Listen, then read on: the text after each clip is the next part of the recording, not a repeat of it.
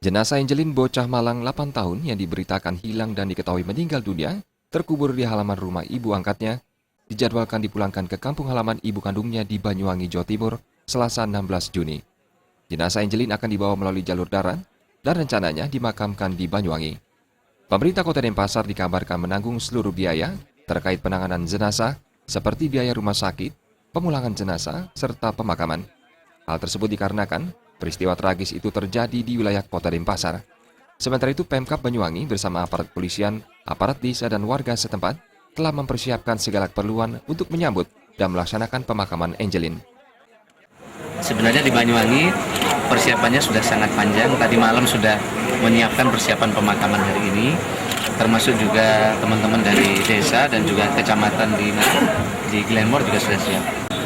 Kami dapat keterangan tadi, kami rapat di dalam dari Pak Wali Kota dan Kepala Rumah Sakit, tidak ada masalah dari sisi rumah sakit. Tinggal satu saja, perlu ada pemberkasan atau kesaksian tambahan dari Ibu Hamidah di kantor Poltabes sekarang.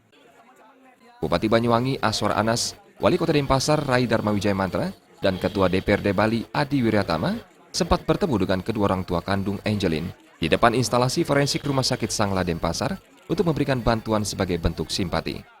Hari Wiratmaja dan Sufiyatna, Bali TV.